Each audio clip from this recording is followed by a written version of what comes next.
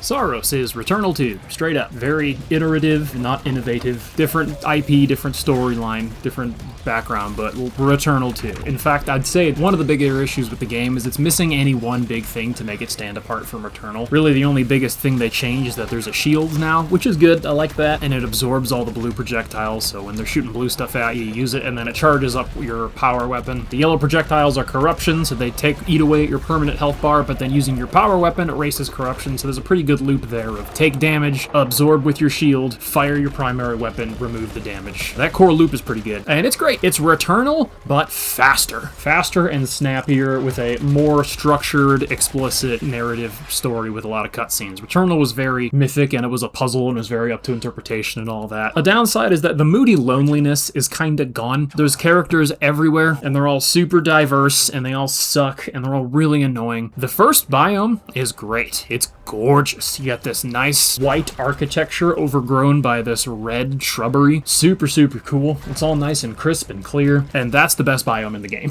They all get progressively worse from there. The Ancient Depth is cool, because it's kind of like the Matrix Revolutions underground, and then the middle of the game is a major slog. There's lots of very dark, very dim, various shades of purple or yellow, and there's a bunch of swamps. They blend together a lot. The middle of the game really, really drags. But then the last two biomes are actually really good, so it picks back up again. It ran pretty great. Nice and buttery smooth, nice and quick, the controls are really, really crisp. Very fluid, very snappy, very responsive, so that's all good. It ran pretty great, no frame dips or anything. I did have one weird bug where it locks you in arenas and puts a solar cage behind you. It did that once in a later level, and I fell. There's like a hole in the middle that just takes health away and it respawns you, but it respawned me outside the cage. So that was almost really bad, because that was at the end of like a 3-hour run. I was like, oh boy, do not make me restart now because of that. Fortunately, I was still able to shoot the enemies through the cage, and then it cleared and it went away fine, but that was almost really, really bad. It was basically an invincibility buff, actually, because they couldn't shoot back. So basically, this is Returnal plus some Bloodborne, plus a bunch of woke diversity. The game is really woke, unfortunately. We'll talk about that more later. The bosses are all great. Giant monsters that look like they might have once been human. They're like skeletons grown over with shrubbery. The designs there are super, super good. Atmosphere is really, really great. The Sun is Forever is just so good. The music is haunting. You have this ethereal female choir, and then as you approach the eclipse, guitar distortion kicks in. It's so good.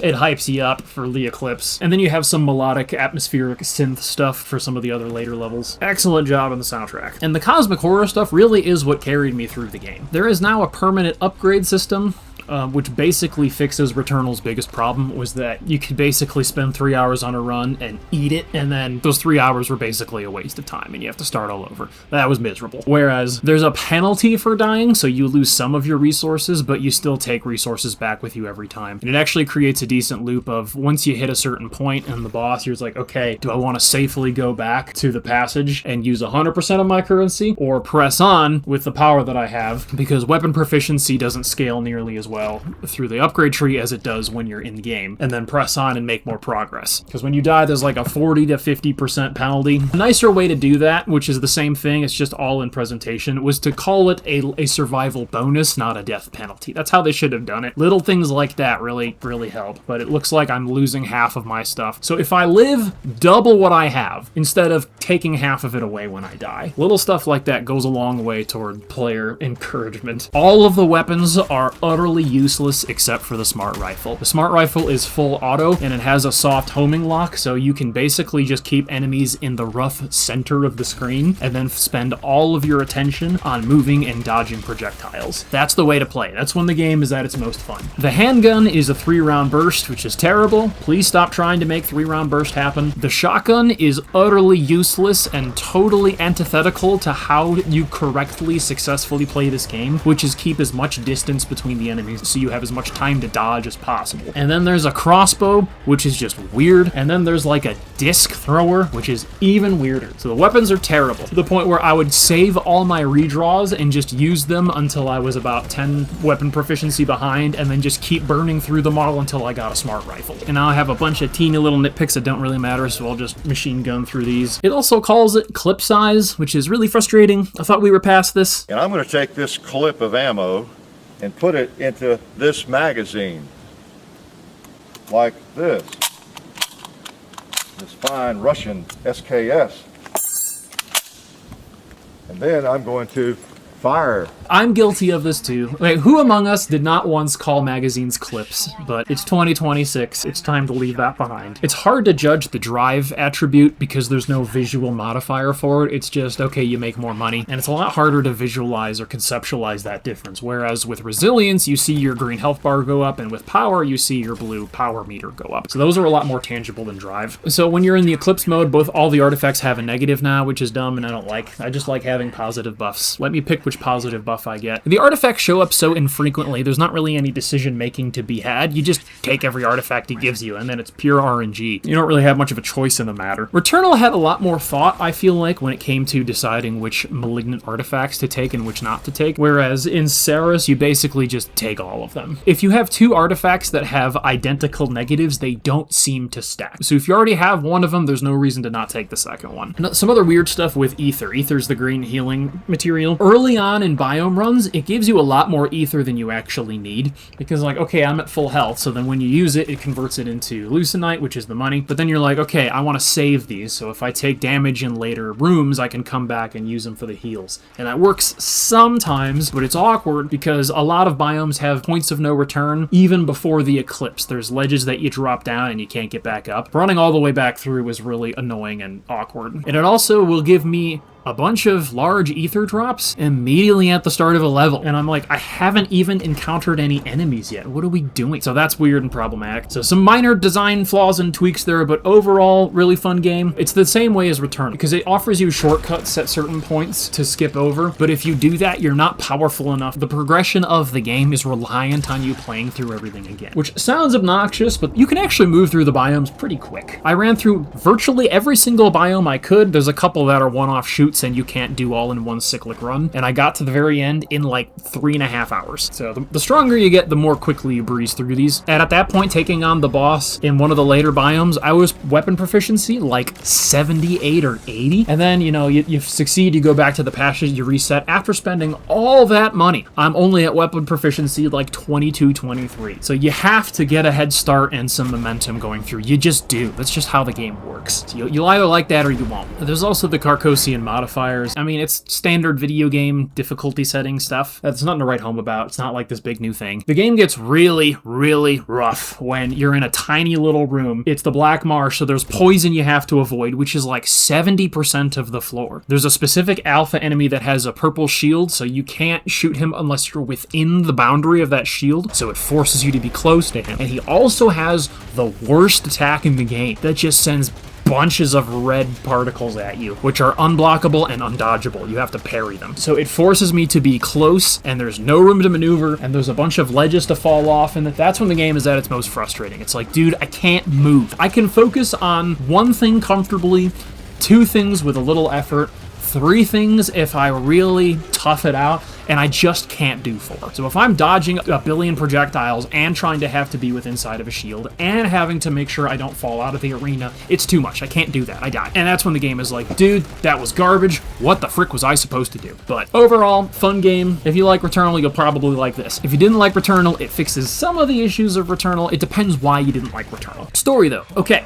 Lots of stuff. It comes right out the gate with all the cosmic horror cult mind control stuff, and from the very beginning of the game is very hopeless and depressing, and everything goes downhill. They shouldn't have done that. They should have had some second ulterior objective that's playing as the primary objective, and then they start to gradually notice what's going on. They should have basically had a false second story before they pivot into the cosmic horror stuff, because literally the first cutscene of the game, one of them is screaming at you and tries to kill kill you, and you have to shoot him in the face. So there's not really any lead up or slow move into that. And I'm kind of just like, why can't the multi-trillion-dollar corporation be benevolent? Why do they have to be greedy and totally don't care if their people are killed or not? That's kind of comic and funny at a point, because Primary is like their robot that they activate that's like the shill for Soltari back home. And he's like, I don't care how many of you die. You have any idea how expensive this expedition was? Get the heck out there and make me some money, which is kind of funny. So there's a bunch of audio logs, which are fine, storytelling at the same time as gameplay, because they can play in the background. Text logs grind the game to a halt, and I have to sit there and start reading through a book. That's dumb, that's terrible. I didn't buy a book, I bought a game. So the cosmic horror stuff is the best part of the game. The King in Yellow, all of that stuff is really, really cool. The narrative events that happen, I like. I just hate the characters they're happening to. And that's the other problem, is as the characters are all slowly Halo reached, I'm like, okay, bye. This is a military operation. There are women everywhere, including in charge of you, and this is just so unbelievable. Game developers, you're so out of touch with reality on so many levels. And it's like, okay, because there's Echelon 1, 2, and 3. You play in Echelon 4, which is literally the military rescue ship, because all the other 3 went dark. So it makes sense to have families on the first few, because it's a colonization mission. But they literally have lesbians on a colonization mission. And you're trying to tell me your supposedly evil, malevolent, trillion-dollar corporation that only cares about money would ever have allowed that? My favorite characters were the robots. Primary and Constant were great. Primary because he was such a shill for the corporation, and then Constant because he only spoke in sentence predicates. And the booming sound effect on his voice is really cool. And whenever he talks, it makes the haptics and the controllers get all, you know, noisy. So I was like, ooh, cool. Preserver. Turning back the tide. Barricade. Holding back the flood. And what happens if the tide breaks through? Yellow. Yellow. Yellow. And there's something else. It's the main character, Arjun. How do I say this? Well, it's just that he's, you know, look, it's not you, it's me. It's just that he's kinda, just a little bit, you know, and it's not a big deal, but dark. I know that sounds bad. But listen, I'll play as a black guy, you know, as long as he's like, you know what?